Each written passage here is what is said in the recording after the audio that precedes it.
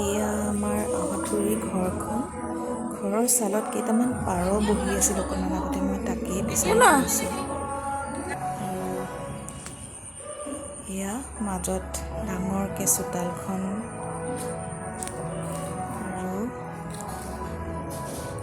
এইজনী আমাৰ ভণ্টি ৰংগলী বনাবলৈ অকণমান ঠাইখিনি সৰা মোচা কৰি চাফা কৰি আছে। আৰু এয়া আমাৰ মন্দিৰ ভাগ।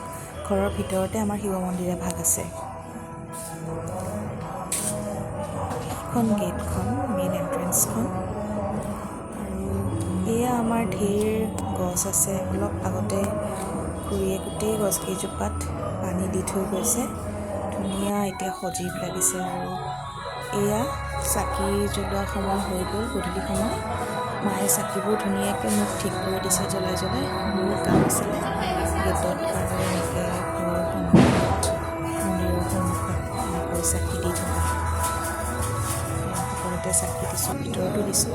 এইটো ৰংগলী চাওকচোন, ভণ্টিয়ে ইমান ধুনীয়াকৈ বনালে, মই অকণ সহায় কৰি দিছোঁ।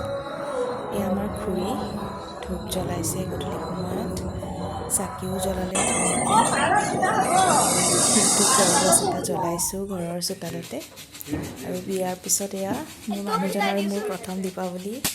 এয়া আমাৰ ভতিজা আদি কিবা চেলফি ষ্টিক নে কিবা এটা জ্বলাই আছে। এসোপা ধোঁৱা আৰু পোহৰ ওলাইছে। ভাল লাগিলে এইবাৰ দিৱালীত একেলগে থাকি।